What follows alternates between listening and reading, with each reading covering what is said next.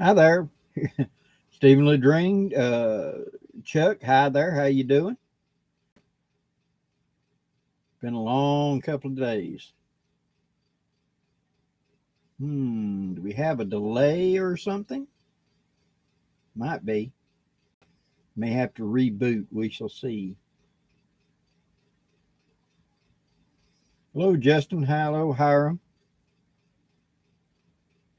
2020. Praise Razor. How you doing?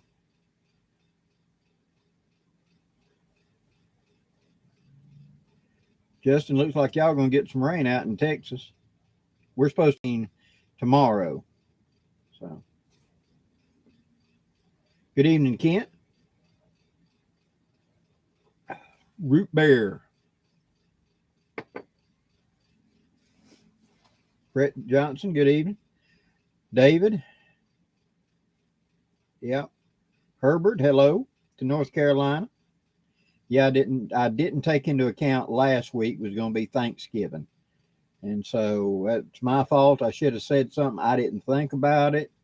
We were just doing a little thing for me and the wife who knew that people were going to show up in town and want to visit and stuff like that on Thanksgiving night. So I apologize. Anthony Grimes, good evening. Stephen, y'all got snow coming? Cool. Chuck, been a long day. Tibor, hello. K9, hello. Lonnie, hello. Lewis, good evening. Buck 112, good evening. Buckeye, hello. Bears in the house. Terry, good evening. Kent, no, I haven't. I haven't experimented with that, but I didn't actually like root beer as a boy. I mean, I was a grown man before I ever tried it and liked it.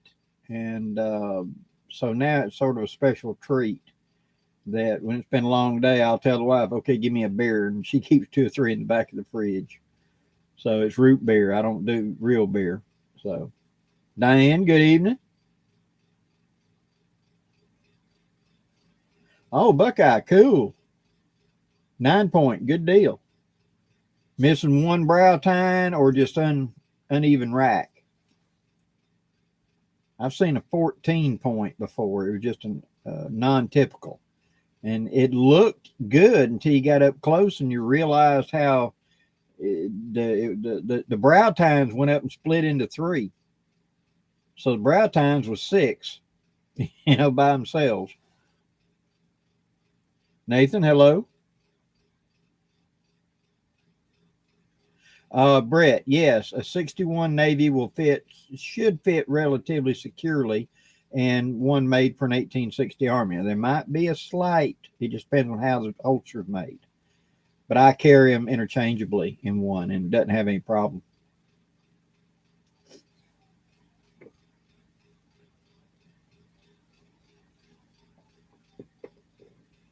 While everybody's getting in here, I'll go ahead and I got some bad news. Grouch's wife passed away this past weekend. I found out that Grouch had gone in a couple of weeks ago, 2 weeks ago, into ICU with pneumonia, which is a bad thing. And I was rather concerned about that. Well, the day he came out was the day his wife went in, and she had double pneumonia. And she passed away on Saturday. And Ann and Grouch have been friends of mine for 40 years. And so it was an unexpected, we always expected him to go, not her. And so it was sort of a surprise. And so I've been kind of busy since all of this. And I'm going to the wedding in the morning. See how day I've had. I'm going to the funeral tomorrow. Me and the wife's going to it tomorrow morning. So it's been a long week. So if I haven't been posting like I have and things, that's why. I've been dealing with other issues with the family and all. So getting to the age that we're losing a lot of them over time, especially the ones you've had for a long time.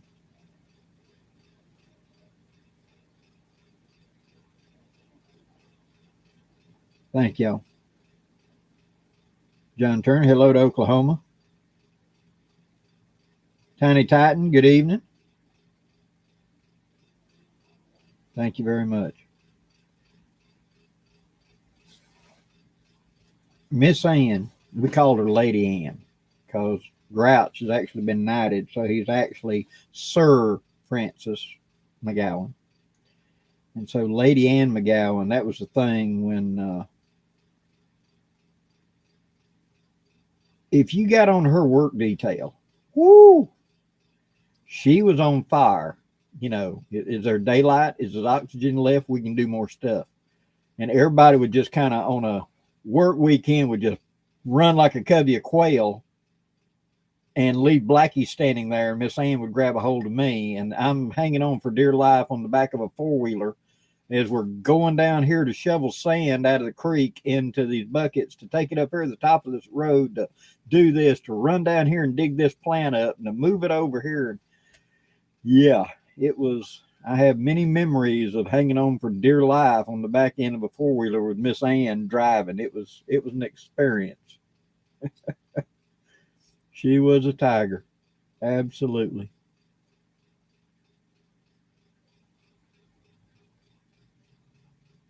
Okay, K9. Where do you find a good nipple wrench for the spiller and burr? About all of them that I have found, to be honest, are junk. Dixie does sell one that goes into this little ratchet device, but I'll tell you what I did. Have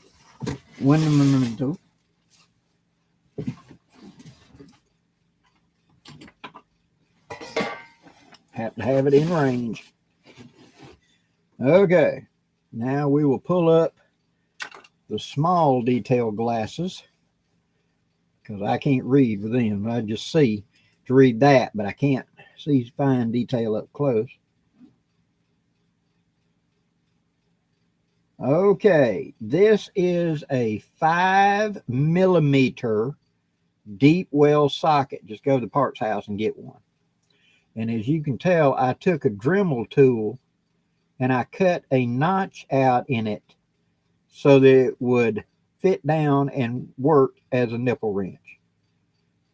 This is hardened chrome, excuse me. And so once you take that cutoff wheel and just go back and forth and do it very slow, take it and try to fit it and keep going until you get it the right size where it will just squeeze on there and twist. That's one that I made, and that's what I recommend people to do, just make your own. Once you make one of these, they'll last forever. But 99% of the ones you go and order, they're junk. They're dead soft. I ordered one time from a big name shop, even had a name on it. You know, I bared down and twisted the metal roll like it was made out of putty. You know, I should never be able to bear down with just hand pressure and twist steel and smear it out flat like it's made out of lead. And yet I paid like $20-something for that nipple wrench, and it didn't take one nipple out. It didn't even loosen it.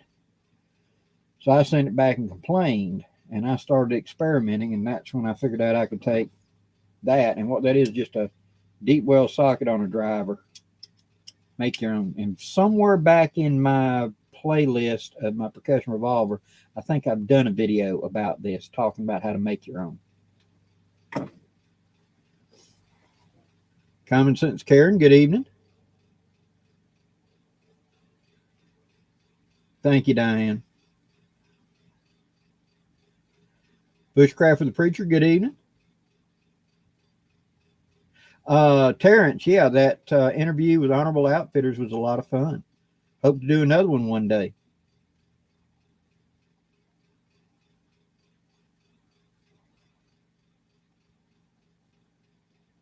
Verdi, Blackie, I admire your ability to find the light behind tragedy by recanting the best memories and times you've had with others. I'm sorry to hear about what happened. Thank you very much. My family always said we celebrate the life, not the death. Forget about the day they died. That date don't mean nothing. Remember their birthday. Remember their wedding anniversary. But don't remember their day of death. They died. That's all we need to know. And so anytime we'd come together, we talked about stories about them in the past, and it never talked about the death. Death's unimportant. It was how they lived. And so find the memories of them when they were alive. That's the thing to do. That's how you honor their memory.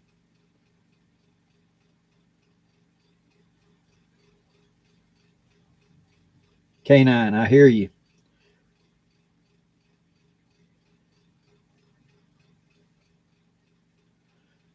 In your opinion, which one is better? A 58 Remington in the Sheriff model or the full 8-inch? I love the Sheriff model. It's short, handy, compact, but there is one disadvantage to the Sheriff model. You can't take the base pin all the way out. It comes out to drop the cylinder out, but you can't take it all the way out because the barrel is so short, the lug for the loading lever to lock to, it hits it. On the full length, you can pull the base pin all the way out. It isn't a deal breaker, but that's one thing I want you to realize. But I love my short one, and I prefer the short one over the long one, actually, for just ease of use. CJ, good evening. Anything goes. Blackie, you got any musical skills for hanging around the campfire? I am a master of the air drum set, dude. Other than that, nah. You know, some people walk to the beat of a different drum, and some of us are on air guitar.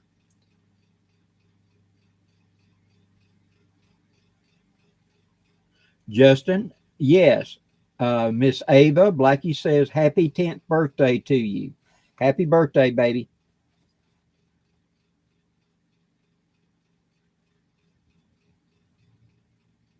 Oh, cool. Gray Wolf, yeah. Drones are, I ain't got the skill, but they're a lot of fun and can be useful for a lot of things. John Matthews, what are your thoughts on canvas wall tent wooden poles? Outstanding. Love mine.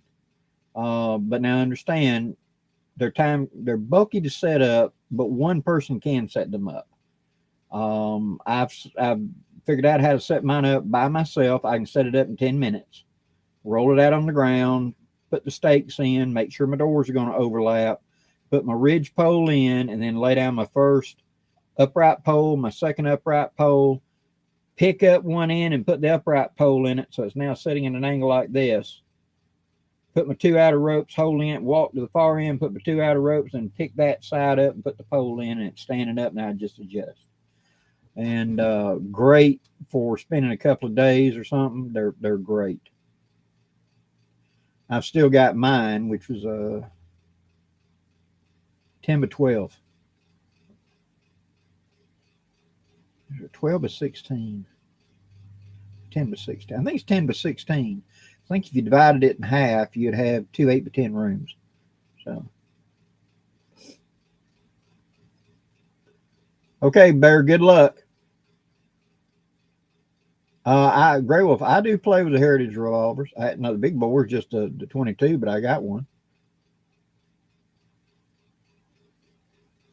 Tiny Titan, I'm sorry, but that's what you remember. Remember the good memories. And like we say in our family, they're not gone. They just took the earlier flight. We'll meet them there.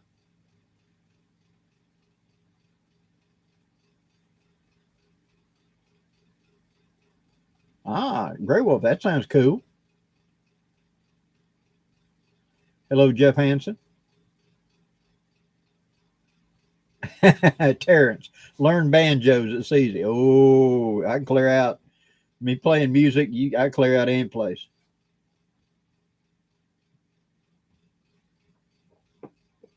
Jonathan Frisbee's in the house. Hello, brother. Terry, yeah, the Trangias are great for one using. I love mine. I really get to where I don't want to carry the other ones. I mean, to be honest, I got several different kind of stoves, but I just prefer that Trangia. It's so quick. It heats up. It brings water to a boil. I can cook hot dogs. I can cook whatever in it. That little bitty M40 stove set is perfect. I'm just so happy with it.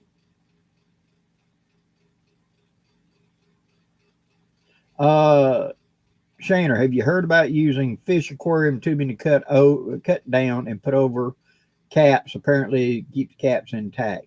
I have heard of that to be used in competition, so you wouldn't get a cap jam. It's time consuming. And so the only advantage you would have would be in a match where you're trying to make seconds count. CBA used to make these little bright pink pieces of tubing for that to put over. But it was really meant to go over a number 11 cap onto a rifle to help waterproof it.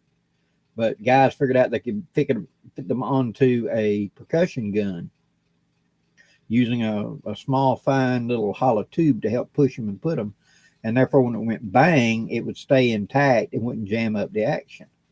But again, you spend 5 minutes putting the little tubes on.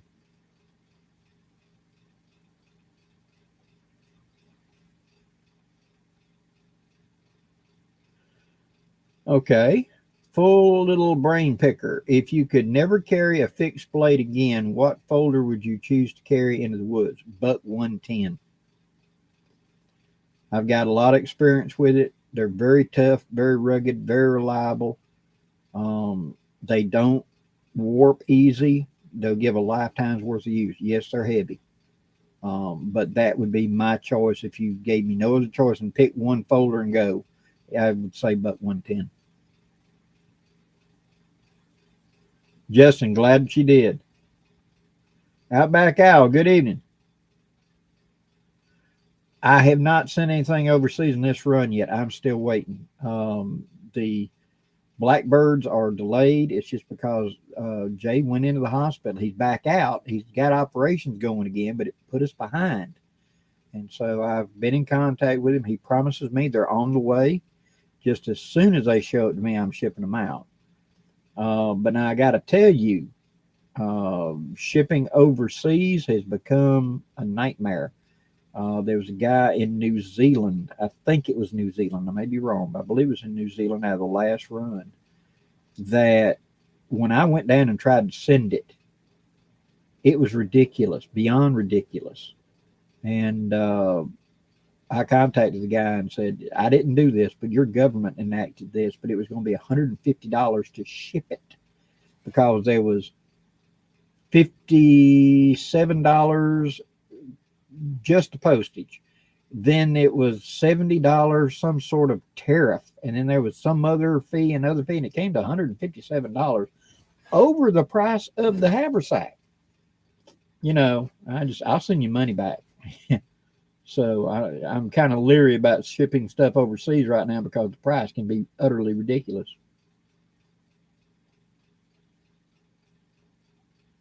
Edwin, doing good?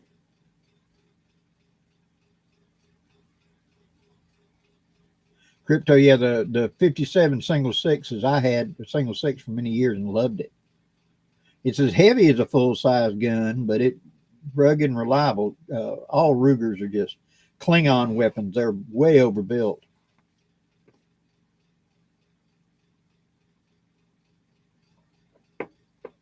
Tibor, mine has got a 22 Magnum cylinder in my Heritage, and I like it. It shoots very accurately, very reliable. Miss C, good evening.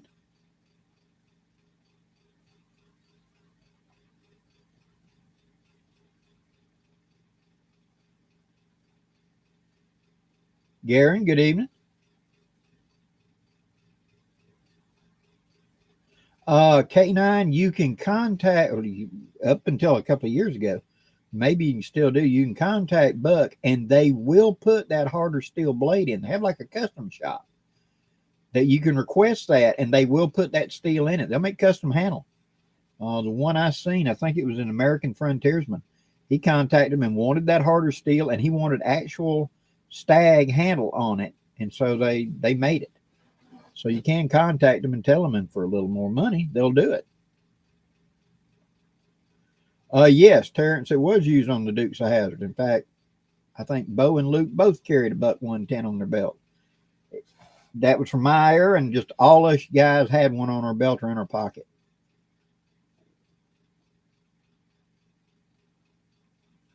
Gray Wolf, I have lost my local access to canvas. Would your supplier possibly work with me? Yes, very possible.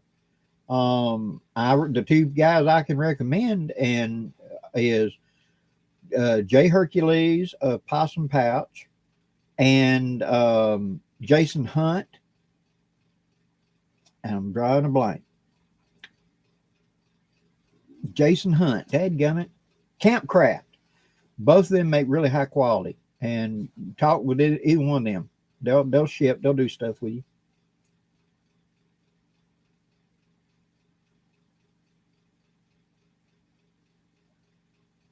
Drew B, did you ever get in touch with Ken Baker about the Dragoon? I have not. Andy Knight, good evening to South Georgia.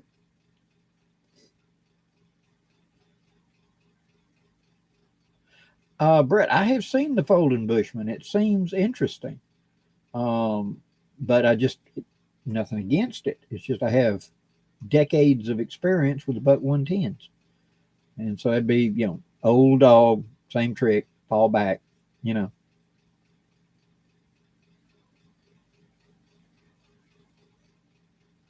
What do you think about the Henry version of the Armalite AR-7? I have seen that design be brought up since the 70s. A company will make it for a couple of years, and then another company will make it. They brand new are fairly rugged and accurate. But the experience that I have heard from multiple people who had one is the design gets loose over time and starts jamming. The survival gun was never meant to be a long-term gun anyway. So the tolerances were a little loose. And so they shoot well, etc. If you're somebody who wants to get one put in a kit and use it, yeah. But if you're going to shoot tens of thousands of rounds, it's probably going to get where it jams because the bolt wears inside the tube and clearances start getting a little bit sloppy and it starts jamming. At least in the experience of the people I've talked to. And I haven't seen the Henry version. I've seen it, but I haven't used one. But I remember the Charter Arms and others in the past, and that was the problem that happened with them. Terry, good evening to Western North Carolina. Bob Nolan, hello, sir. Evening, Kodiak.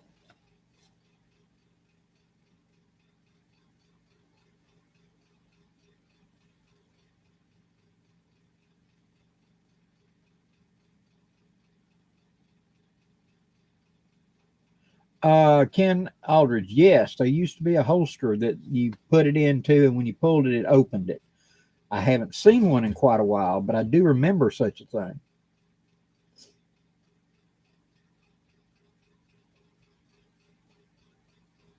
John Matthews, I do not have that, but I could do it.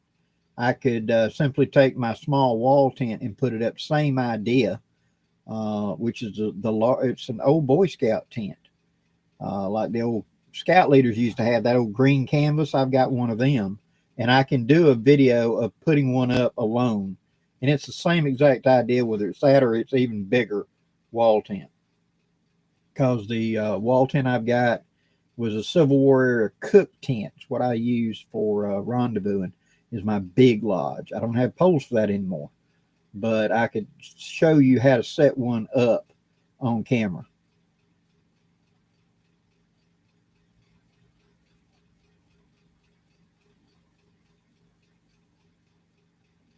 Sportsmobile 83. No, I know the Tech 22. I haven't had any experience with it. Charles Martin, Blackie, what do you think of the Mossberg 500 punch shotgun? Good gun, works well, has one advantage over the Remington. The 870 and the 500 were both bought by the Marine Corps for combat shotguns. That ought to tell you something. The difference is when you open up and look inside the chamber of a 500, there's this big old screw and there's the ejector. When you open up a Remington, there's the ejector, but there ain't no screw. You got to send it back to the factory to have it pressed in. It's a proprietary part. And so if it ever breaks, you've got to send it off. You can't fix it. The 500 you can fix. If you took the 500 and took just a few extra little parts and put into the stock, you'd have a lifetime supply for that gun of replacement parts. So the 500 does have one advantage over the 870 in that I can replace the ejector by myself.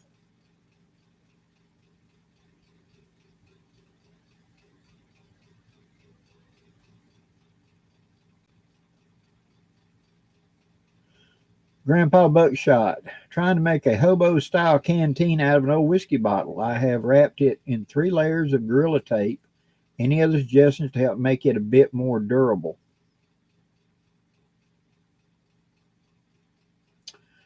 Not right off the top of my head, to be honest. Now, if you want, depending on how you're going to cover it, okay? I'll tell you what a guy did years ago. He went and got they make, like the beer cozies that go over a beer bottle that's neoprene.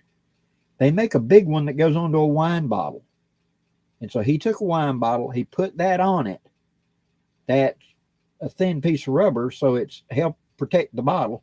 And then on the outside of that, he sewed buckskin to make it look like it was just covered in buckskin, made it into a canteen that way. It made it a little more durable, and it wouldn't freeze as easy, and it could take a shock a little bit better. Maybe that's something you could do.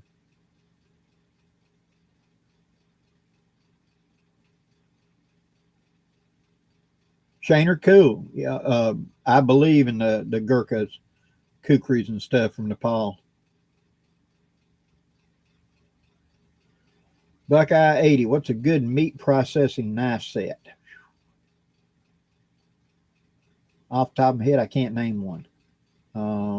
Now, if you go look at Smoky Mountain Knife Works, that, and also go look at Sportsman's Guide. You don't want to buy it right now. You want to wait till about February, because that's when all the Christmas stuff that didn't sell, it gets put on clearance.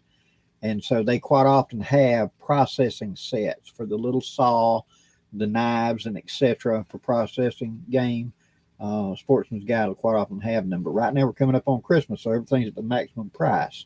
If you can afford to wait a little bit, if you're not doing it for a gift, wait till about February or early March, and the price will be lower.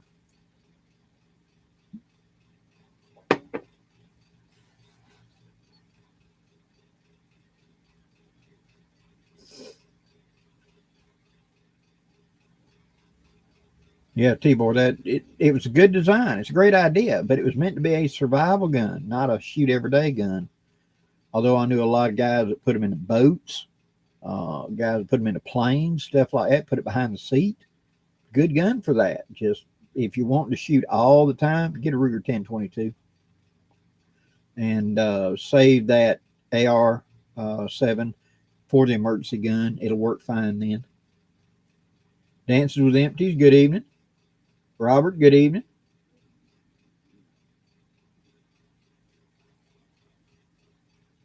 Thank you, John.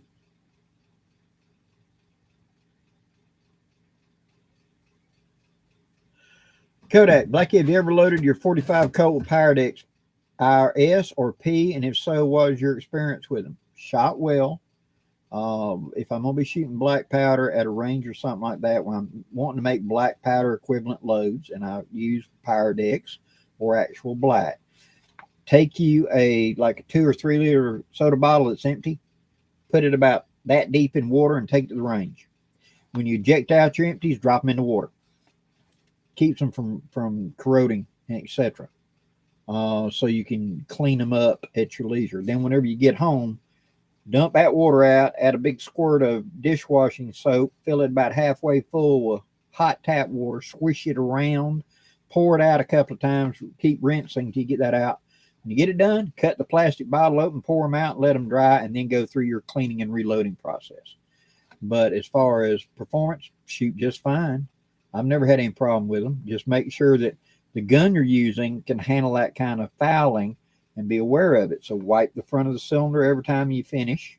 And if it's something like a Smith & Wesson, it's going to bind up. They just can't. They're too tight a tolerance for black powder fouling.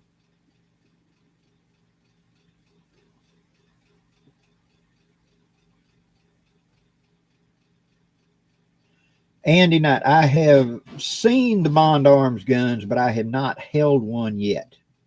So I can't comment on that. But they seem to be a well-made, well-designed gun.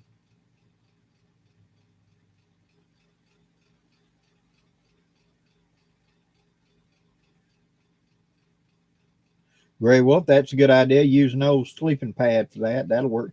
Also, one of the mats that you get for your mouse. They got these big ones that go. I got like one on my desk down here. It's about like that long by about that wide, and it's neoprene. Get that and do it. That'll work too.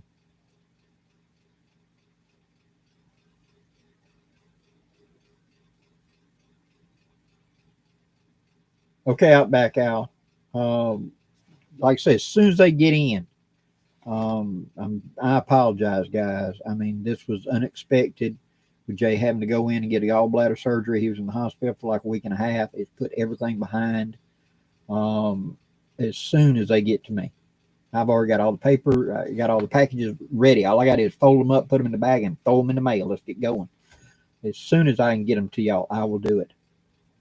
And if whenever I go to check on the one going to you, Outback Al, look at it, and if it's like, oh my God, I'll contact you. I'll go back to your original where you paid me and use that email and contact you, and we'll discuss it.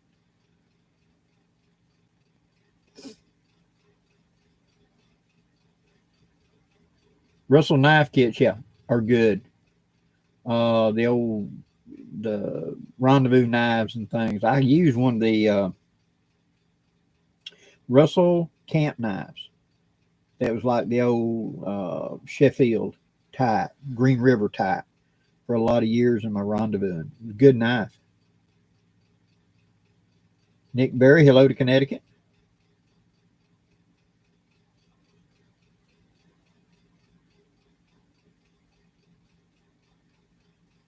Gray Wolf, it probably would to extend the life of them much tougher, but then you're going into cost.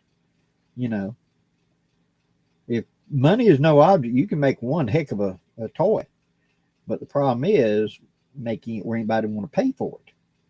You know, which today with modern CNC machining and 3D printing, they ought to have been bringing the price down considerably by now.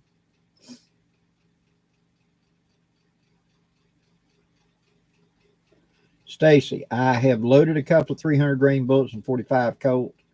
I've used them in a lever action 92 copy before. But beyond that, you know, I had someone give me like 50 of them, and I loaded up and did a thing with it. And with my particular rifle, it shot way high with 300 grainers. And it slowed it down a little bit. Now, if I'm going for something big, like if you're in a country where you're going for trying to do elk or something, yeah, I'd see that. Get close and hit them good. But if you're trying to get any kind of range, the lighter bullet's going to go farther. Frankie, good evening. Planet Wisconsin, good evening. Sage, are all internal frame packs inherently noisy? They can be, as it shifts in the pocket or the shifts in the joints. That's one of the reasons the military stayed with the external frame. They could just weld because it didn't creak and stuff. And that was one of the things you'd find in surplus. You'd find these Alice pack frames. You know, there's that rivet in the middle. And after they've been overloaded and used enough, that rivet would get where after that pack got turned in, that frame got turned in. And internal frame packs, it just always seems to be rustling. I've had several tubular frame and flat bar frame types. And you're right, they always just seem to make noise. I had one years ago, I want to say it was a Kelly, or it might have been an REI, but it was a frame backpack, came up here, had internal frame on the thing, and it was like you had a bag of potato chips behind your head going. It just always was like a crickling or a popping or something right behind your head. It annoyed me so much I got rid of the bag. I went up one of the high mountains we got for Alabama. And when I got to the top of it, I had made up my mind I'm getting rid of this bag. It was just so annoying.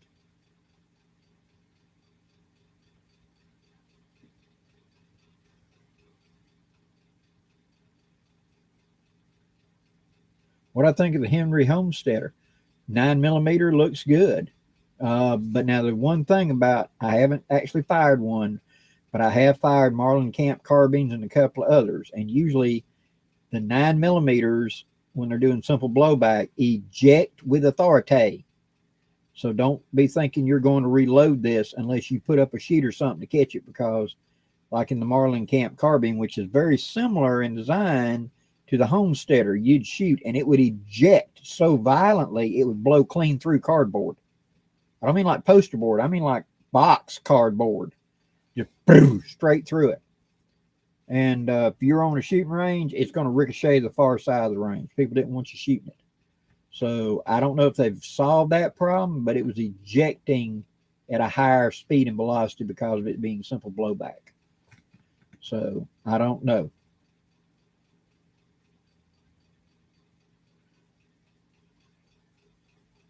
BC, good evening.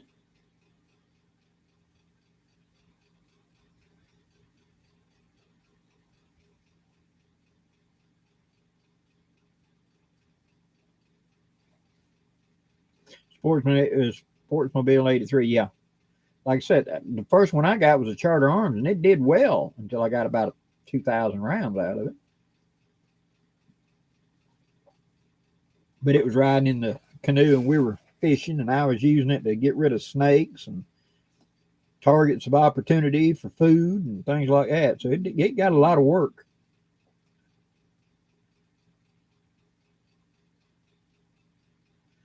Kodak, trying to find the smokeless equivalent to the black powder, you can duplicate the velocity fairly easy.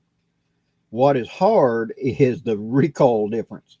When you load full black powder and properly compress it and everything, when you pull the trigger on that thing, you're going to think it's a Magnum went off. You can see why great-great-granddaddy complained and called it Thumb Buster. It kicks more than a 44 Magnum. But with smokeless, I can get the same velocity and less recoil. I don't know you could, the only thing you'd really be comparable is a 4.54 Casull, is that kind of recoil. And I had a cop friend of mine, he had a Ruger and 45 Colt, and I was shooting black powder, and he wanted to, I told him the standard off-the-shelf 45 long Colt is about a half-hour load compared, because they're scared you got great-granddaddy's antique. And he thought no, this is what it always was. So I loaded him up 40 grain black powder 2F. It was a 250 grain ball in it, Magnum primer. And he pulled the trigger the first time. He thought the gun blew up. It scared him so bad. He thought it was a horrible overload. Nope, it ain't.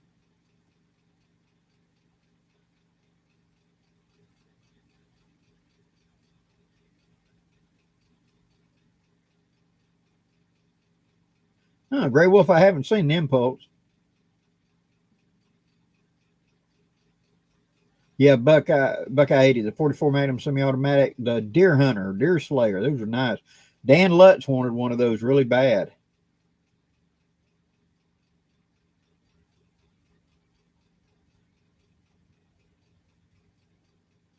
Okay, Dances with Empties. What's the best Smith & Wesson revolver ever built?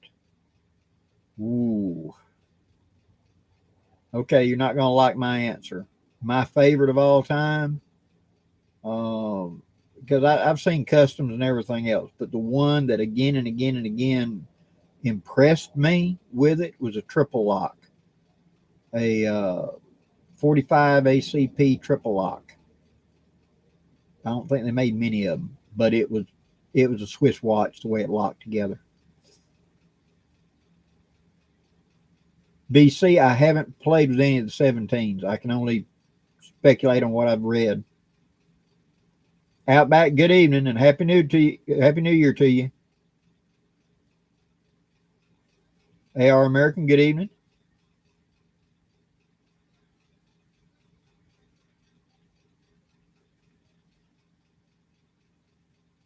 Oh boy. I was born in 72. I had the luxury of getting my hunter safety course in 84. I was taught through Boy Scouts in the 80s. What's your thoughts why most of this is long gone? They don't want the next generation to know what they're doing.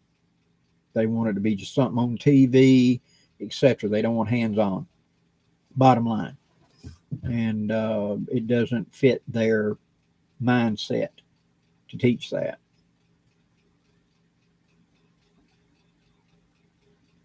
We're Jasper. Well, thank you very much.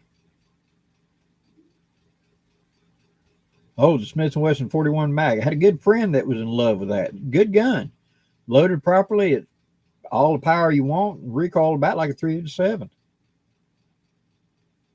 Sanford Brown, good evening.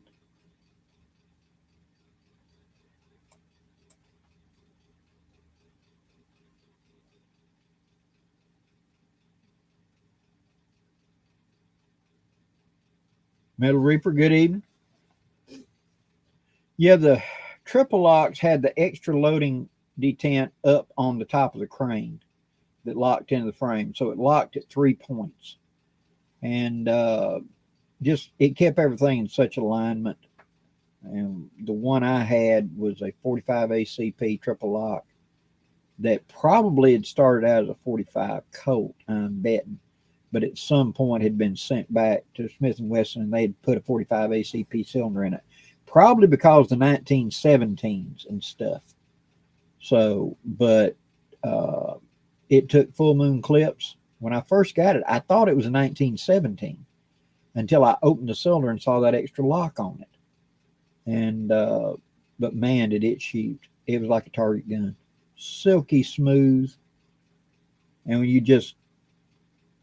when you began pulling the trigger, it was just like that. I mean, it was just smooth, polished. I was kind of scared the first time I took it apart. I was afraid I was going to jinx it. But I'd probably shot 600-700 rounds through it. And I wanted to open up the inside and make sure everything was lubricated, etc. Nothing was wearing. And I was nervous when I put that thing back together that I had somehow screwed something up. But it didn't. It stayed that. But it was polished like a mirror on the inside, on the bearing surfaces. AR American, finally got to load up and shoot some rounds with your bullet lube. I really liked it. Going to do a video talking about how, oh, good. Thank you very much. Glad it works for you.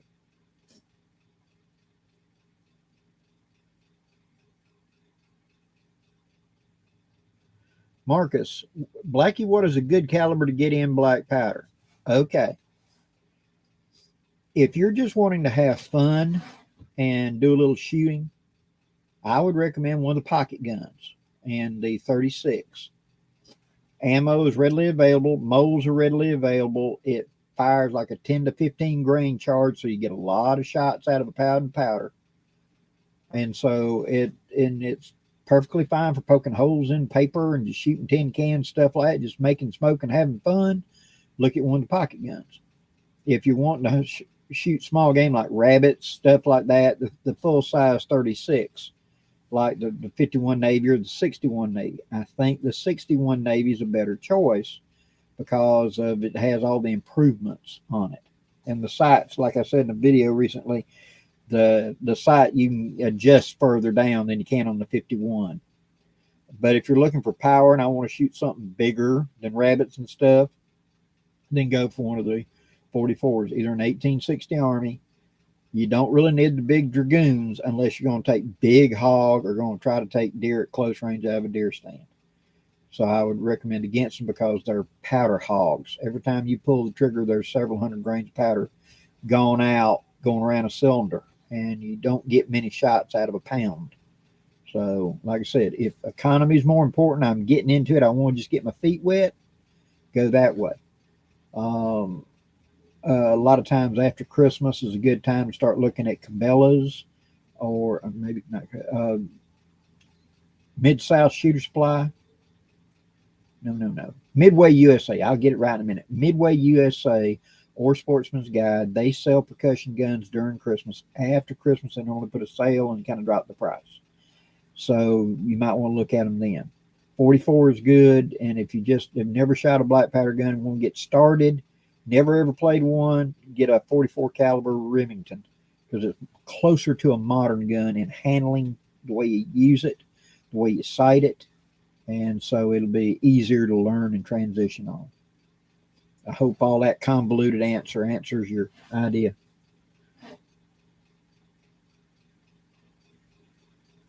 Charles Martin, glad you enjoyed it. Thank you.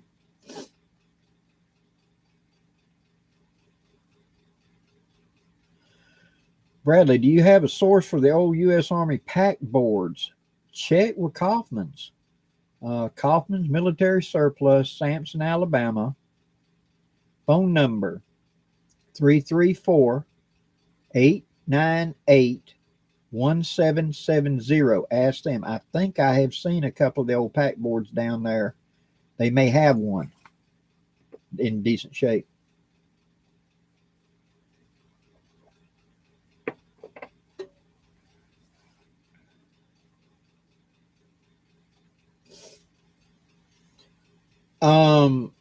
Grandpa Buckshot. Is it possible to load number 4 buck in my Remington Cabin Ball revolver?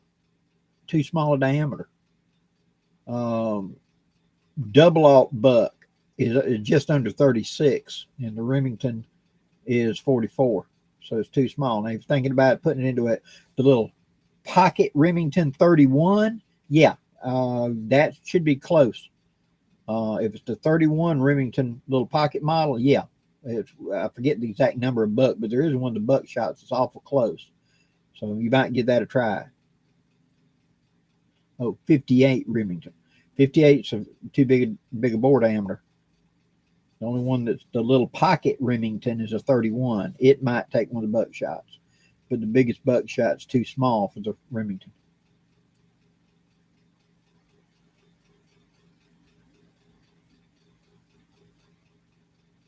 Donald, thank you very much.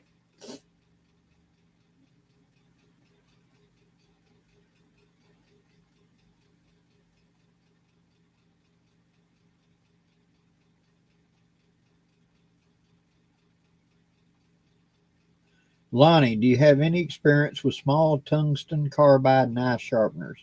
Any recommendations for carrying one in a pocket? The problem with the tungsten carbides is they will cut steel. They're a whole lot harder than the knife steel, so they do, but you're removing steel every time you go through it.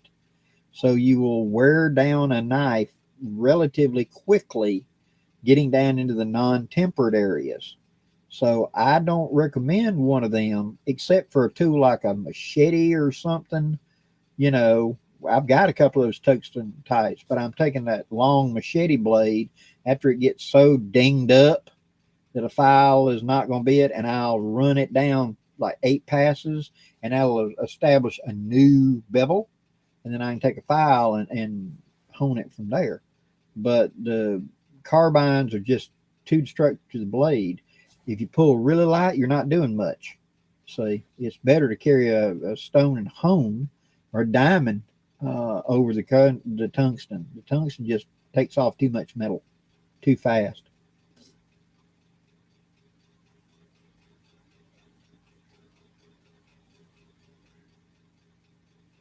Buckeye, some states will allow. In Alabama, if it's 30 caliber or larger, you can hunt with a black powder revolver up to deer. But we're in an area that's dense forest, so a lot of times you're looking at a 25-yard shot, you know.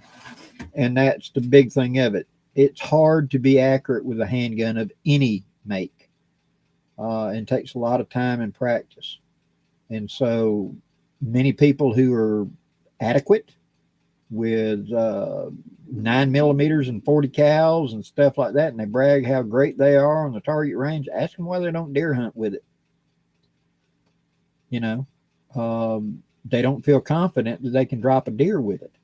Although a whitetail is about the same chest capacity size as an adult human, you know, and it's about as easy to put down. So it's all about placement. It's just placement more than anything.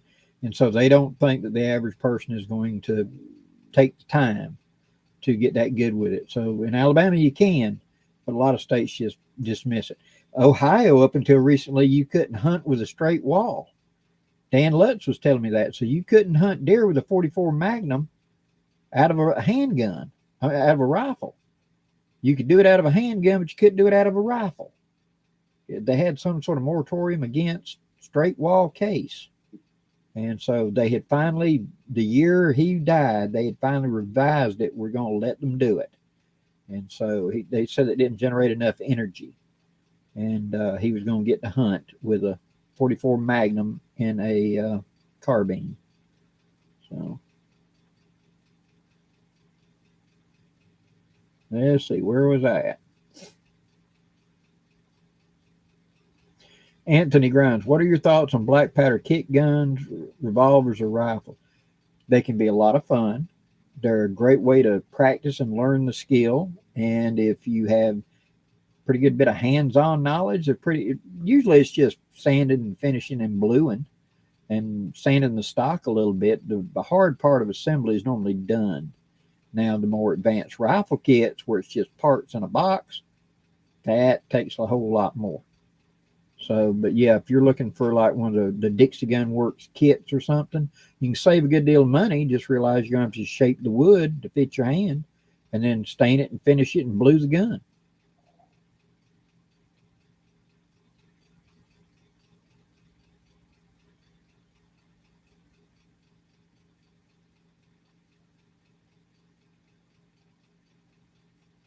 Nick Berry, thank you very much, and Merry Christmas to you, and Happy New Year. Oh, Donald, cool. A 25. Oh, yeah, good.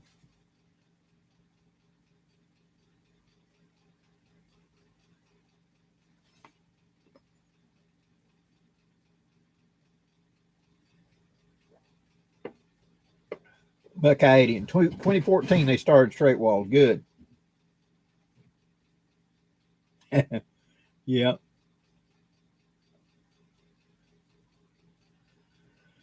Santiago, what's the most play you can have between a cylinder and a barrel of an 1860 iron Pieta?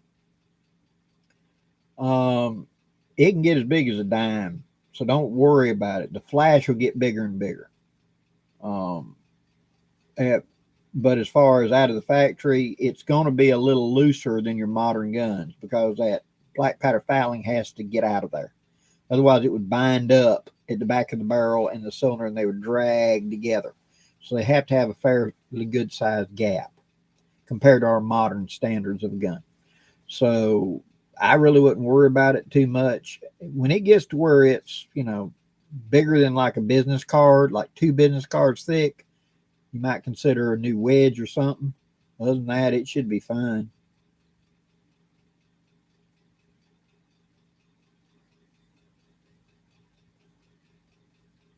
Oh, yeah. Dance was empty. The Model 29 with a 10.5-inch barrel. Oh, yeah, you got a thumper.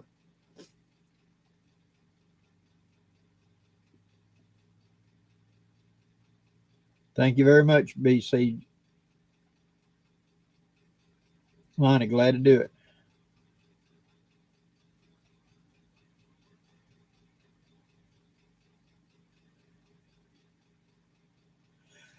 Santiago, it will lose a little. As that gap opens, you do lose more velocity. Not a horrible amount. It's just the flash gets bigger as it comes around the cylinder gap. But you will lose some power.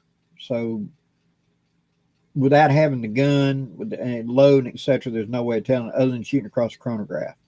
But it's usually not that huge a problem. Okay.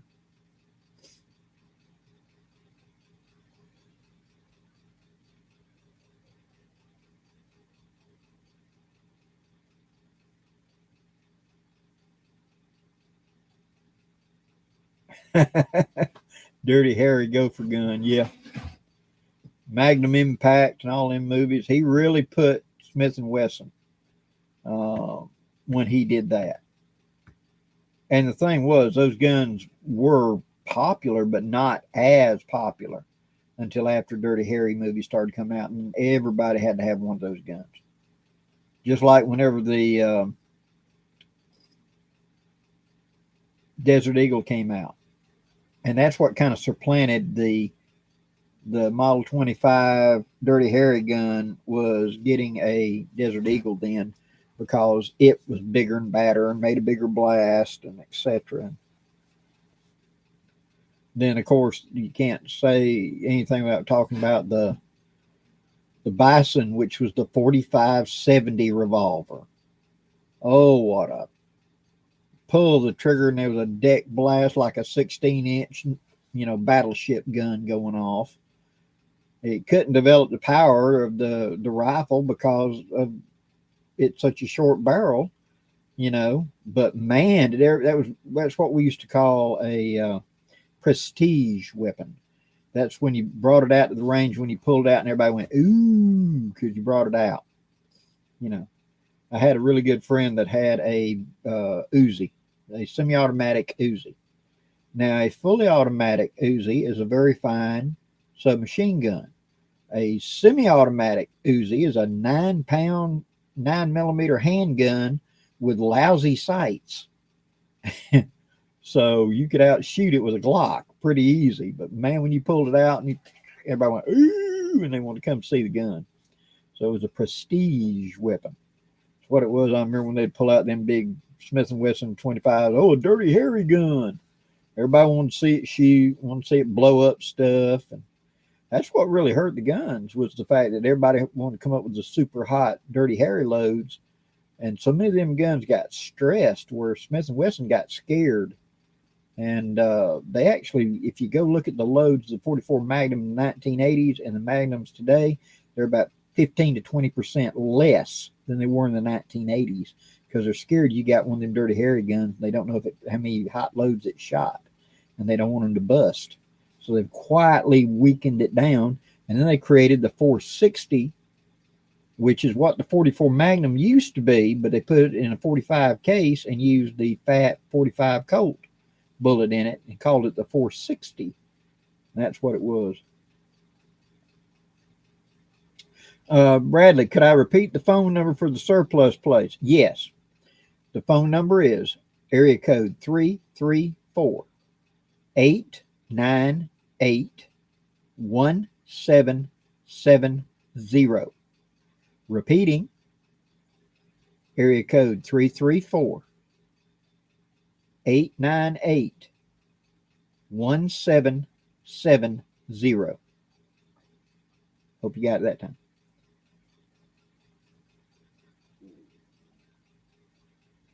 Yeah, dances was empty.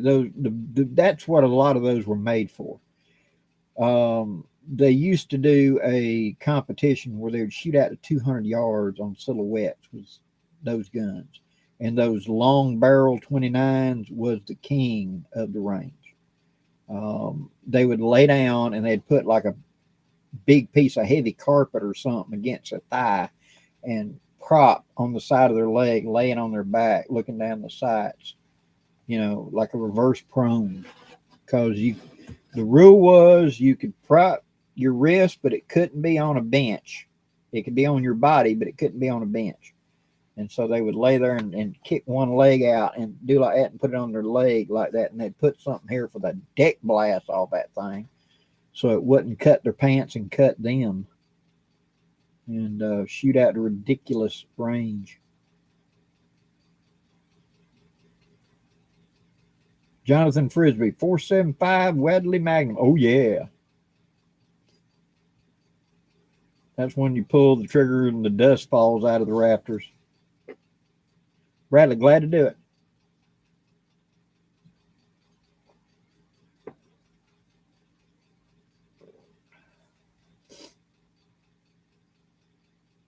I don't have it handy right now, Common Sense Karen. I got it laying around here somewhere. Oh.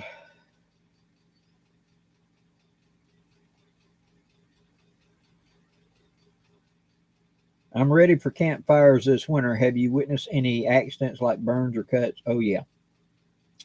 It's going to happen. I had a friend of mine not long ago was not thinking, and we were sitting around the fire discussing something and went to pick up the logs, throw a little bit farther, and that hot coal had come out and rolled over, and he wasn't thinking, and he grabbed that hot coal, and we got his fingers into cool water quick, and I got some yellow mustard out of the refrigerator and put it onto his fingers, and that helped a lot. But other than that, and nicks and cuts, nothing serious, luckily, that we have had to go to an ER with. Of course, there was one ER trip where somebody came out to the event, was looking at knives, and it was perfectly innocent. They weren't being reckless or nothing, but they went to pull a knife out of a sheath. And it was one of them Kydex, and it was a little tight. And when they pulled, they had And when they went, it kind of bounced and hit the finger, and that was 4 stitches later. We got that fixed. So.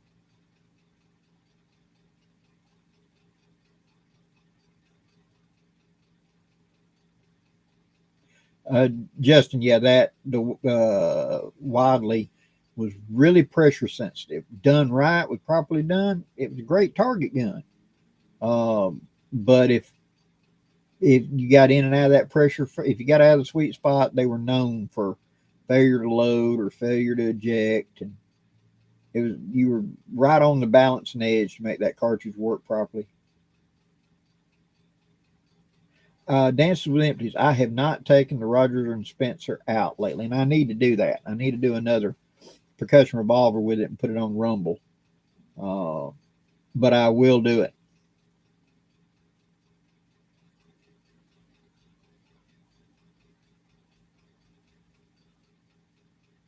Yeah, I saw that CZ bought them. The Dan Wesson, that was their big thing when they first came out. There used to be you could buy a kit set. And I think it was 45, 44 Magnum, 41 Magnum. All 3 of those, 3 cylinders, and then there were 3 barrels. And you just took the frame and put it together and made it one of the 3 guns, and 357. So there were 4 cylinders, 4 barrels, 1 case. That I remember that kit. That was in the late 70s, but Dan Wesson made a very good gun. It was really geared more toward that target shooting, hunting type thing, where you could use some hot loads, and if the barrel started to wear out, you could just change barrels. They just came right out and put a new barrel in. So that's why that thing really evolved, was for long range target shooting with hot loads, where a barrel was really accurate for probably about 200 rounds. And after that, they actually started dropping off. So they just put another barrel. That in those days, you could buy another barrel for $75. And it just indexed. You put it in and tightened it up, and you had a new barrel. So you could do every shoot with a brand new barrel if you had the money. Garen, I have not shot the 45 Webley. I have seen it, but I haven't shot it.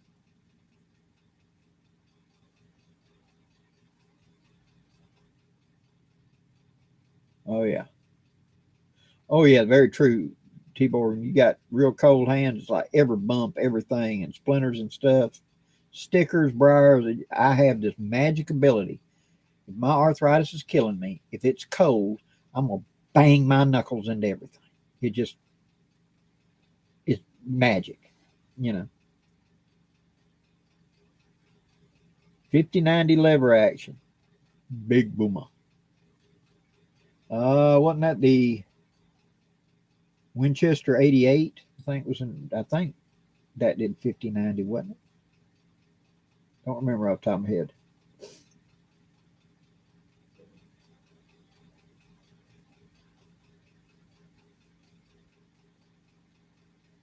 Oh boy, 2021. Yeah, that was a bad one.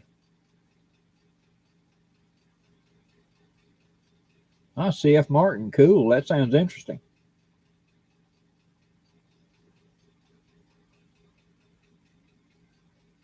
Yeah, we had a case years ago, and us boys on a cold winter camp sitting around the fire. Everybody's really paying attention and listening for the fishing reels to go click, click, click. We put little bells on them and stuff. And so we're sitting around the fire trying to stay warm, and you'd like, okay, thought I heard a bell, and everybody just goes silent all at once. And one of the guys had stuck a can into the fire to heat it up. Well, we do that. We just open up a can and then sit it in the coals and let it get hot. We're wearing, wool gloves or work gloves. And then after it had time, we'd pull it out, pull the lid up, stir it, put it back in the coals like that. He forgot to open it up. And I think it was SpaghettiOs.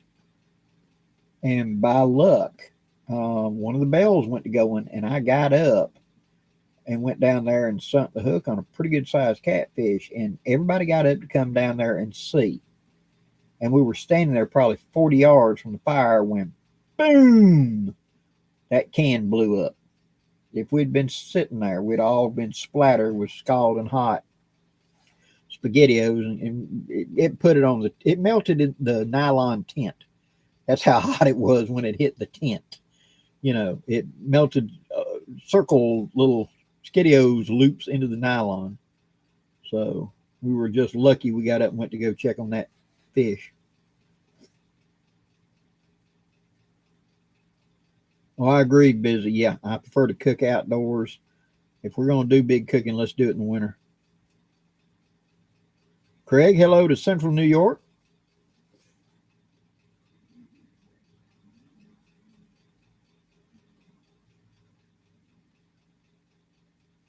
Oh, cool. Oh, SpaghettiOs, yep.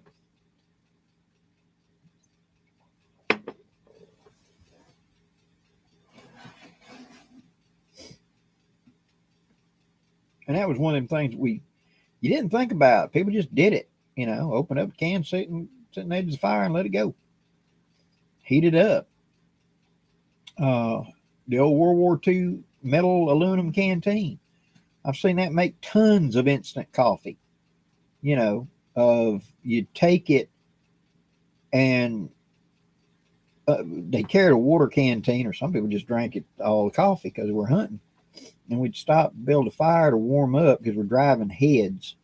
Where we'd form a line and push through with guns. We're trying to kick deer and rabbits and stuff up from the thick cover.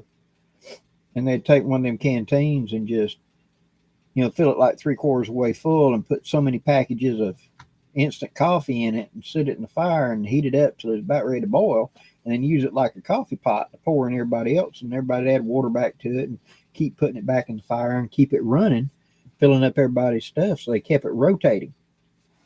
And then whoever's canteen it was, when it was done, the final time, if everybody drank, we're about to move on, put the fire out, they'd fill it like halfway full, put the coffee into it, screw the cap on, put them in the thing. They'd have hot coffee, see, to carry with them and drink. Just one of the little tricks they did. Oh, yeah, dance empty. That's a good way to do it.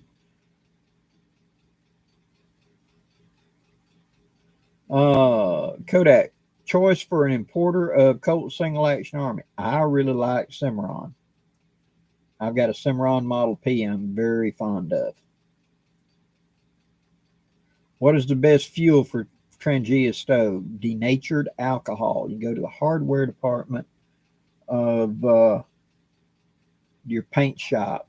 You go to the paint shop of your hardware area and look where you got paint thinner and stuff like that. And a lot of times it'll say either denatured alcohol or it'll say fuel on it. And that's what I use to run in my Trangia. Ronald Hayes, hello to Heidelberg, Mississippi.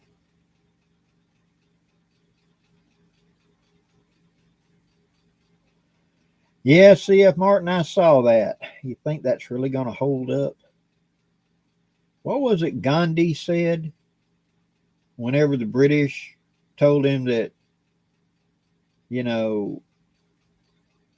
Gandhi said that in the end the British would leave, and they said, oh, we won't leave, that India is British. He said, oh, yes, in the end you will walk out, because how can 1 million control 14 million if the 14 million simply refuse to cooperate? So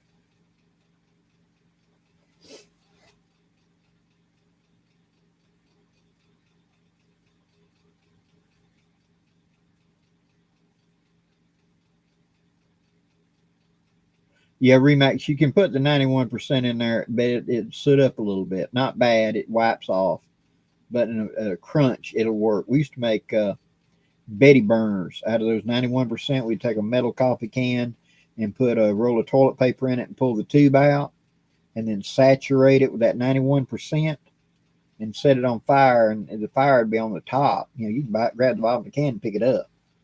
And we put two metal tent stakes across and set a little pot up there and heat up soup or chow or whatever. And then when it was out, you just took another metal pot and snuffed it out. And then once it cooled off, snapped the rubber lid on, and it was good. When I drove a truck, I carried one like that in wintertime to have emergency ways to heat up stuff.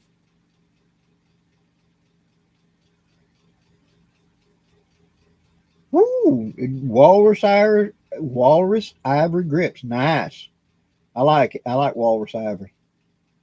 Kind of pricey, but very nice. William, glad you've enjoyed them.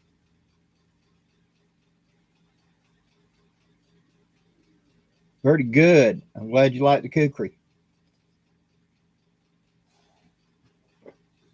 My all-time favorite field knife.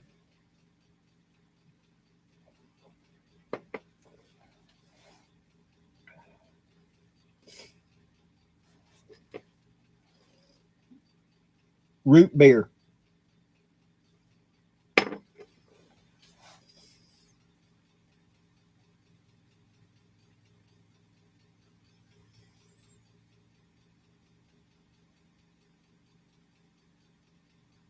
Yeah, the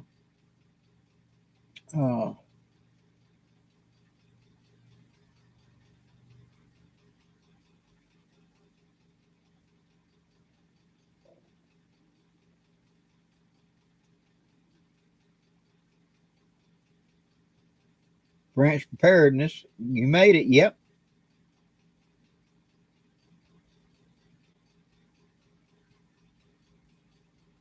William, yeah, I like a cross draw, but actually my favorite way to do it is I'd take a right hand holster and bring it all the way around to the left hip. I know I'm odd, but I don't like the way some of the cross draws drop the butt of the gun down too far for me. I like it still be up at an angle. And if it's too horizontal when I lean forward, I'm afraid it's going to fall out. So I want it a little more up. And so I just take a right hand holster and bring it around and kind of cock it like a Cheyenne style up on the thing. That way I can use it as a cross draw this way and still use it as a right hander. Yeah, I'm old. I'm cheap. That's the way I did. So.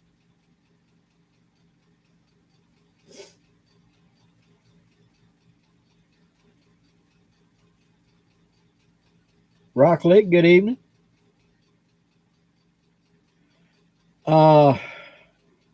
I like something. I think mine's like, oh man, I keep being asked this. How big is the kukri I carry? And I just can't remember the length. I know it's like 12, 12 inches, 13 inches, something like that is what I prefer. I like the balances more than anything to me. The longer and the better the belly, the more the balance is forward of you, and your chopping power goes up, if that makes sense. Yeah, kind of a cavalry draw, Justin. Rock Lick, hello. JB, now the wife, she loves the Coke floats and root beer floats and stuff like that. I never got into them. I don't want to mess up ice cream like that. I've had a few, they're okay. Just I'd rather have a dish of ice cream, you know.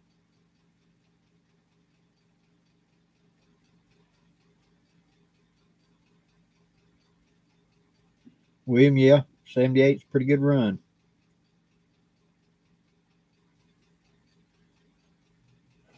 There you go again, Justin, with that big red and the Bluebell ice cream. You love that big red.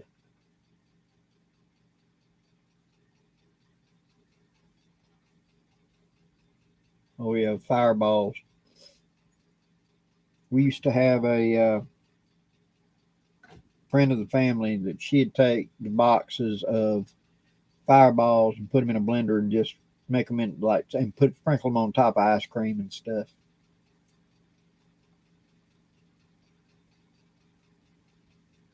Oh, Tim, cool. I haven't got to have oysters yet. That's the plan for next week. The wife and I are going to run down to our favorite place and get us some oysters. I normally wait until the first frost, just because down here in the Gulf we want to cool off, and this year was unusually warm. But I hadn't heard anybody having health issues due to eating oysters, so I'll go check them out.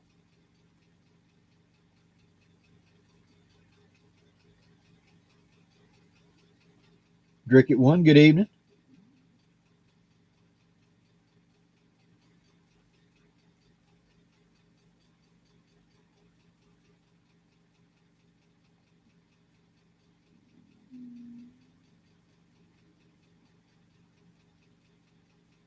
Rock Lake, that's pretty good. You have 3 field jackets would work. It'd be a little bulky, but it would work.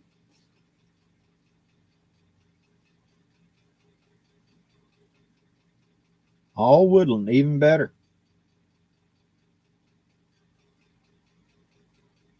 It is hard to find an extra large field jacket. Like I said, your best luck is to find, back when they were coming out surplus, the best luck was to find them out of the Navy, because Navy had Chevy Cooks. But if they toted a pack, they probably weren't an extra large. And especially after the mid-'80s, when they started kicking everybody out for being overweight, that started drying up.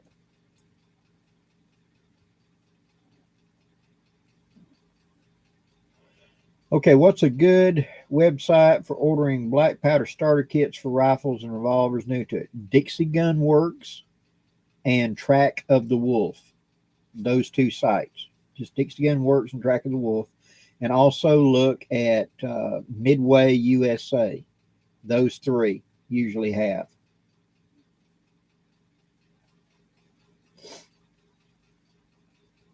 Brandon, what is your favorite? Where is your favorite place to camp? It's on a creek in Lower Alabama called Pigeon Creek, and it's one of my all-time favorite places to camp.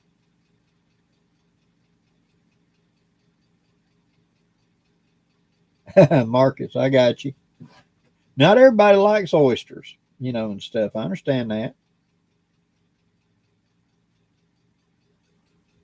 Lonnie, I think I have done a pocket dump somewhere in there. But it's been a while. But I believe I have done a everyday EDC pocket dump. I think I've done one this year.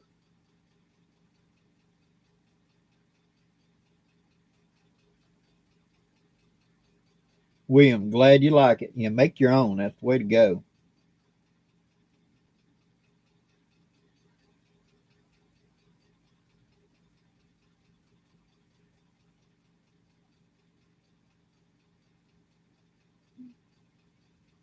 Bradley, yeah, that's the reason I go and get mine from the paint store and just walk in. I say, "You got denatured alcohol?" And it's normally, show me where the paint thinner at. It's going to be right there by it. And that's what you can get a gallon of it at a time. And therefore I'm set for the season.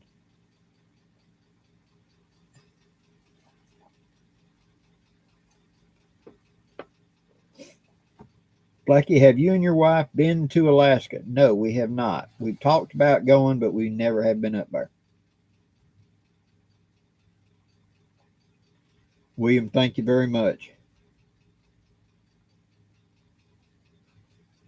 Craig, have you ever done a video on making a alcohol stove? I have not. One of them Coke can stoves. I actually played around and made a couple of them back in the day, but I haven't made a video on it.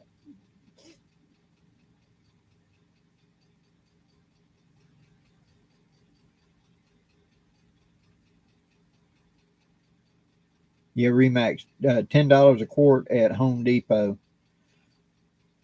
I think I bought it's a gallon.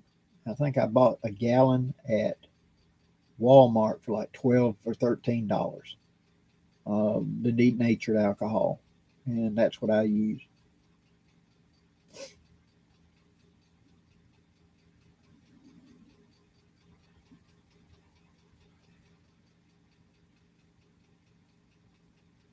Marcus, we're getting to the age of traveling. My wife only comes out and camps me like once or twice a year, and then only in good weather. She don't care about getting cold.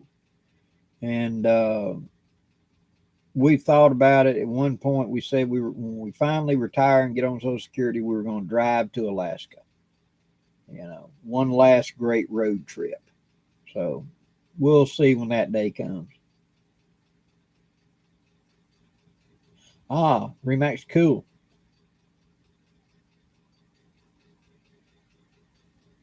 Mudslinger, I have not, but I hear that most of Europe's kind of in an uproar right now.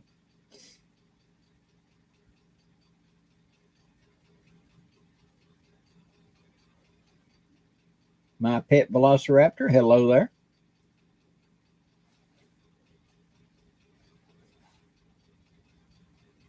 Very true. T-Boy is correct. When you light alcohol, you don't put your finger down there. You put your hand way above it. So here's the burner. You light it and put your hand way up here and see if you feel heat. Don't do this because you'll burn yourself. The flames are invisible in daylight. You'll see it at night or in low light conditions. You'll get a little flicker. But always put your hand way above and then ease down till you feel heat to see if it's lit. Ace 3063, good evening.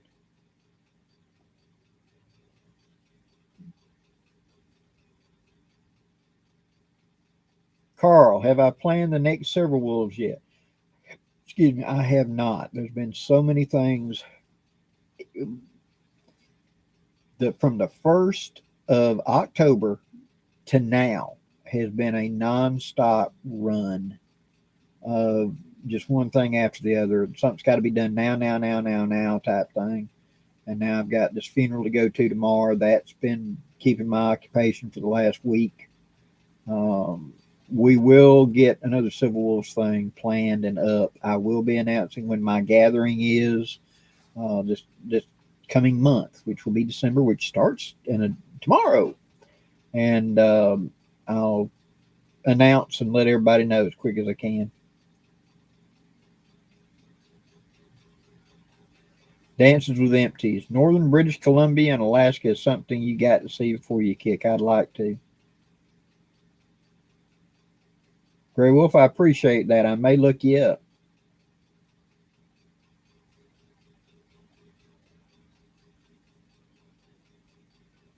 Marcus, funny question. If you ever ran into an aggressive Bigfoot in the deep woods, what would you do? Oh, basically what would you do? Well, used to I'd say I'm going to be on CNN. You know, there I was, you know, but that would be if you were really honestly and real world confronted with such a creature. Knowing how rare it is, and is it a being or is it an animal? That's an argument. And so if you killed it, how many people are going to hate your guts for killing it? On the other hand, if it's aggressive, you don't have a lot of choice. Time to, use that greater little gray cells capability. So I don't know. I'd hate to have to make that decision. Remax, hope to see you down there, down here for the beginning of the thing.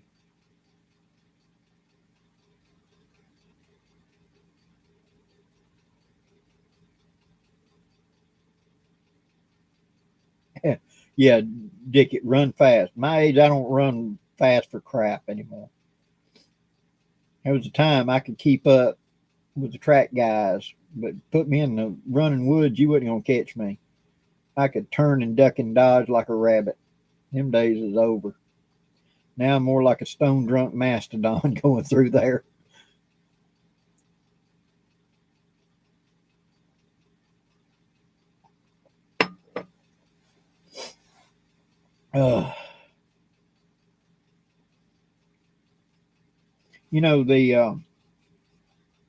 I did the video yesterday on the M65 of putting this hoodie in it.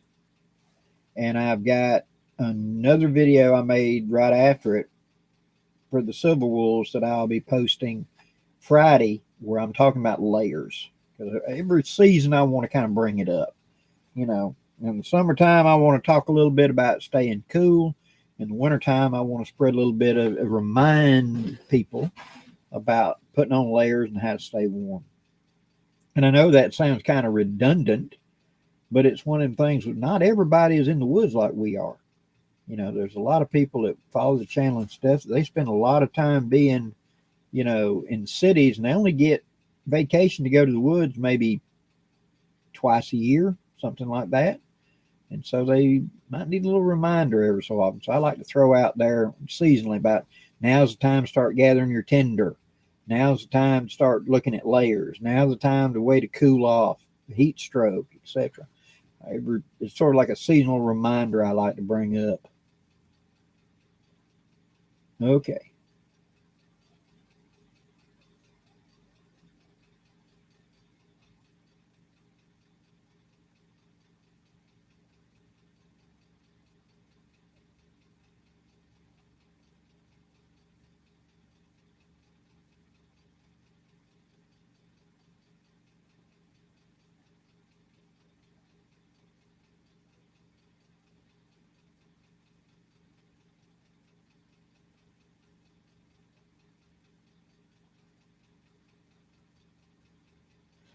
Ronald Hayes, have you ever tried fly fishing for trout below Smith Lake Dam? I have not.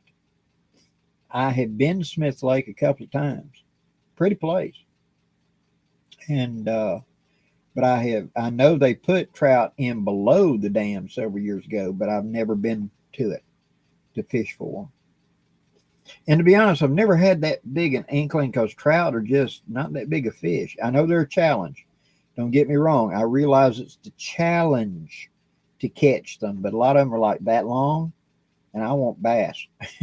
you know, I can get brim bigger than my hand that will outweigh a trout. So, but I had a good friend that he would make pilgrimage every year to go up into certain rivers in New England and go fly fishing. And he'd go out in Colorado and out in the West to fly fish for certain types of trout. He had like a wall of pictures of this is a speckled da da da da da. He knew every one of the trout species in North America, when they were brought here from Europe, or if it was a domestic or whatever. So I just never was that keen on trout, which I come from a background of hunting and fishing for meat, not for sport.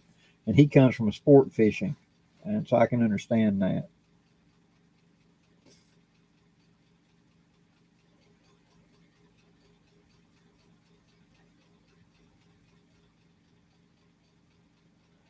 Rick, Blackie, what would you do if society collapsed? I would do like my granddaddy taught me, that there are 4 things in this world that people will always trade or pay you money for: land, women, whiskey, and guns. Women's the most expensive. And I learned how to make white lightning when I was young. So I've got a couple of skill sets. And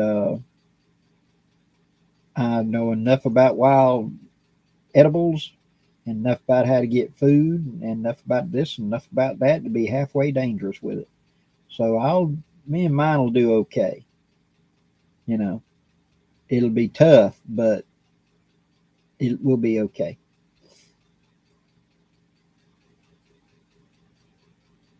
Marcus, Blackie, what do you think about game ranches? As long as it's a fair hunt, okay. Especially if it's something that's rare that you can't get any other way, that they'll allow you to import, let's say, red stag from Europe and do controlled hunts and things. As long as it's big, wide acreage, plenty of room, and the animal is wild in that enclosure, okay. I realize it's a rare thing, but it's not a wild game. It is wild itself, but it's in an enclosure. You kind of got a good idea where it's at. And so on one hand, I see the big city guys with the big money that don't have the time or the wood skills. And he wants to go on a hunt for a big stag to put on the wall. Okay, as long as he's taking the animal processing, etc. Okay, I can see that. The guy that just wants to shoot something, you can keep it, I just want the picture, I don't care for them worth a flip. But as far as game ranches and stuff where they bring certain things in like that, it depends on the degree of how it's being used. Just my 2 cents.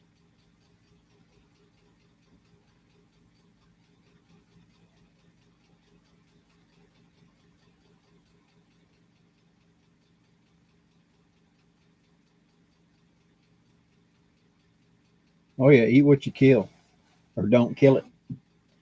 As I was taught, we only shoot something for 2 reasons: meat and survival. There's no other reason to shoot anything.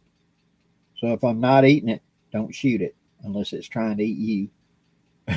Your meat on the menu. Or survival. It's me or them. Those are your 2 options. And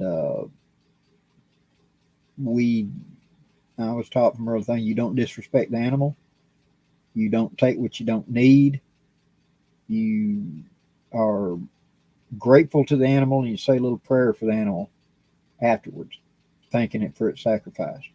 And then you process as much of it as you can and utilize every bit of it that you can. Never waste it.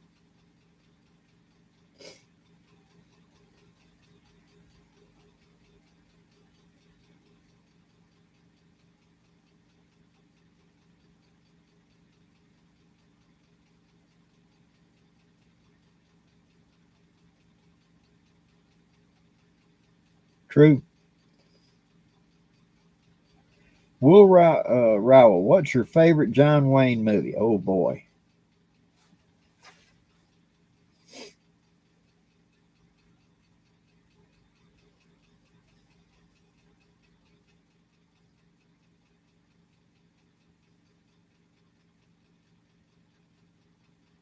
It's going to be a toss up between three of them, and that's going to be The War Wagon, Rio Lobo, and True Grit. Those are my three favorites of his.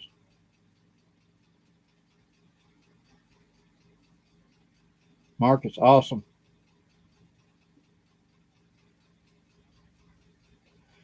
Remax, we are actually thinking about the idea that in the spring, and this is tentative, guys, okay?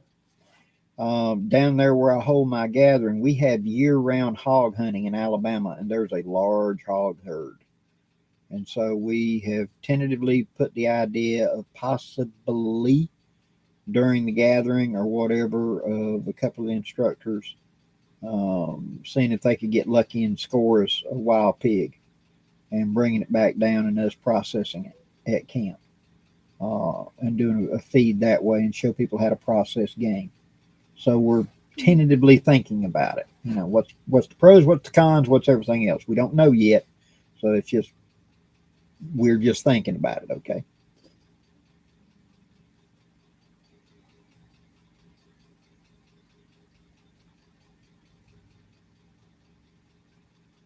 Yep, Rio Bravo. Good movie.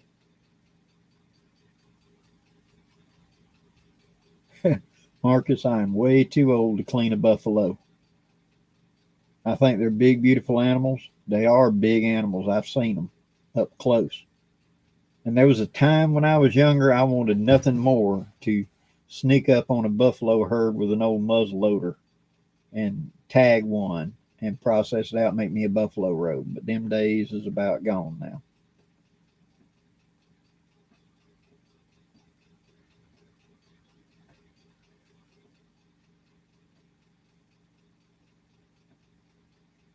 McClintock was a good one too. And of course, Green Beret, The Searchers, Sons of Katie Elder. What was it? Iwo Jima, the Marine one. What are the? Okay, here's one for you. What name the three movies that John Wayne died in?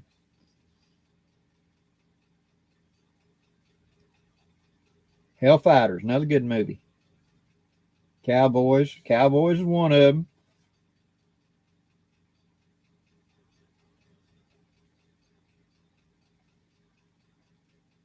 The Shootist was two. Frisbee got that one. So the Cowboys and the Shootist, and there's one more he died in. You're right. There's four. Alamo, I forgot about that. Sands of Iwo Jima. That's it. Those are the four. He died in the Alamo, Sands of Iwo Jima, the Shootist, and the Cowboys. Those are the four he died in.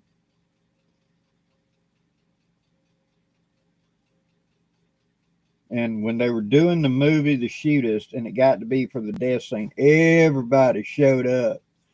And it didn't need all these people to shoot this thing, look around you, said, "You SOBs, you're all just here to see me die." Everybody laughed.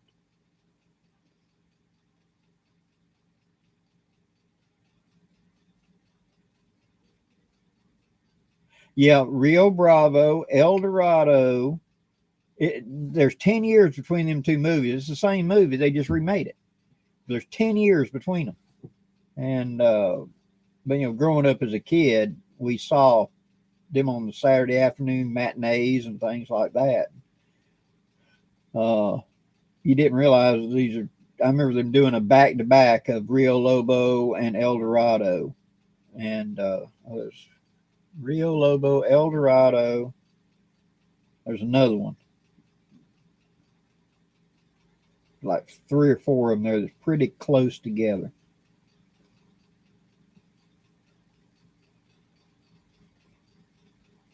Thank you, Marcus.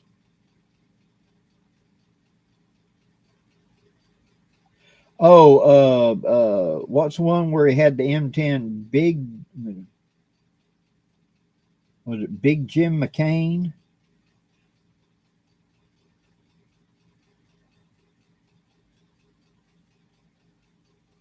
McHugh, that was it, McHugh.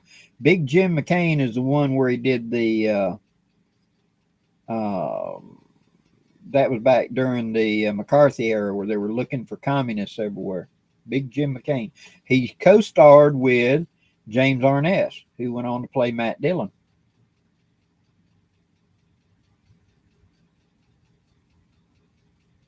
Train Robbers, that was a good one. And The Undefeated, that was a good one. David, what we'll have tomorrow is a video, is a one for the Silver Wolves, and it's going to be talking about layers. I shot them congruent with my M65 with the putting on the hoodie. This one is the one I shot right after it, and it's talking to the Silver Wolves about layers and how we can, with our age and restriction, work better with layers. But there will be some more down and dirty stuff coming pretty soon. Well, guys, that's an hour and a half, and I think I'm going to ease on out, and I got to start getting ready go to the funeral tomorrow. Time to go get scissors out and trim up all this stuff and don't look like a fuzzy woodsman, and get shaved and cleaned up and get everything laid out for in the morning. What was the film where we went back to Ireland? That was The Quiet Man. Thank you very much, guys. I will be doing this again next Thursday night, and I hope to see y'all then. Till next time, thank you for all the prayers and support. I really mean it. It means a lot to me. Till next time, guys, I'm Blackie wishing you safe journeys. Have a great day.